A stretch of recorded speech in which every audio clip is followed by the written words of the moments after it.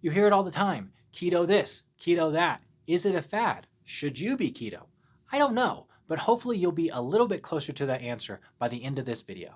Now I want to start this video off by saying that if you've watched any of my videos in the past, you probably already know this about me, but when it comes to healthcare, I'm not a one-size-fits-all kind of guy. So if you're watching this video hoping that I'm going to tell you that keto is king and everyone should follow a ketogenic diet, I'll just let you know right from the jump that this video won't be that.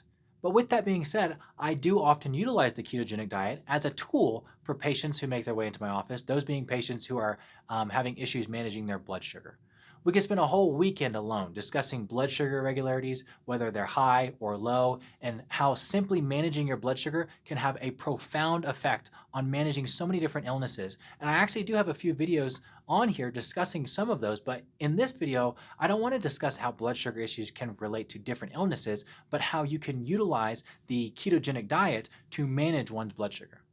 I will often utilize the ketogenic diet when working with patients who have high blood sugar levels or insulin resistance or diabetes as they say. According to this article, they state that diabetes is the world's leading cause of mortality and morbidity, and in 2013, 382 million people had diabetes, and this number is expected to rise to 592 million by 2035. That's nuts. That's a 55% increase over 20 years. I don't know how they come up with these numbers, but by golly, 55%? Let's talk about first the normal digestive process. When we consume carbohydrates, our body breaks them down into glucose, which then enters into our bloodstream. But glucose isn't really useful in the bloodstream, so the pancreas then produces insulin to help our cells absorb that glucose and utilize it as energy. Think about insulin kind of like the key that opens the door to the bloodstream, which allows glucose to enter. Here's where things can get a little problematic though. If I'm constantly consuming carbs or sugar and overloading my bloodstream with glucose, my pancreas is going to have to release more insulin in order to pull that glucose out of the blood and into our cells to utilize for energy production. Now remember, insulin is simply the key that allows glucose to enter.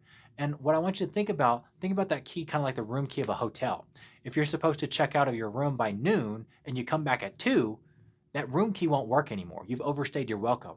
The same is true in this situation, and you can develop what's called insulin resistance. Insulin resistance is when that key no longer works, so even though your pancreas will be releasing more and more insulin in an effort to pull some of that glucose out of the blood, it's overstayed its welcome, so that key doesn't work.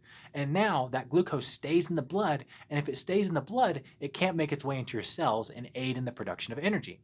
Some people will then take different types of medications or injections to help manage this situation. However, there's growing evidence that diet can also play a significant role in restoring your insulin sensitivity, aka buying another night at the hotel.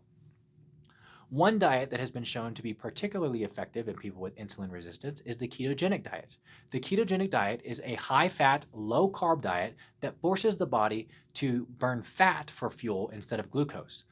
This metabolic shift can help improve insulin sensitivity and reduce blood sugar levels in people with insulin resistance. So in this study, it's what they call a meta-analysis. So what they did is they searched for all the studies out there that have been performed in the past in regards to implementing a ketogenic diet to manage one's blood sugar. And they found 13 studies, which made for a total of 567 subjects. And they came to the conclusion that the ketogenic diet can not only control fasting blood glucose, but also improve insulin resistance. Similar to if you were to bake a cake, you have to have all the ingredients necessary, mix them all up, place them in the oven, and then hopefully, if you did it right, the cake comes out like it's supposed to. The human body is similar in the sense that it needs certain ingredients in order to make something called ATP. ATP is the energy source that every single one of our cells is dependent on. Glucose makes up one of these needed items, which is why so many illnesses can be tied back to managing your blood sugar. But your body can also use ketones. And according to this study, when the human body experiences either extreme hunger or very limited carbohydrate intake, ketone bodies are produced, making it to where we can bypass this whole step and not be reliant on the ability of our pancreas to release insulin to open up that door to allow glucose to enter. So to wrap this all up, should you follow a ketogenic diet? I don't know. Depends on whatever you're dealing with. But if you're having a hard time managing your blood sugar levels, it's worth a conversation with your healthcare professional.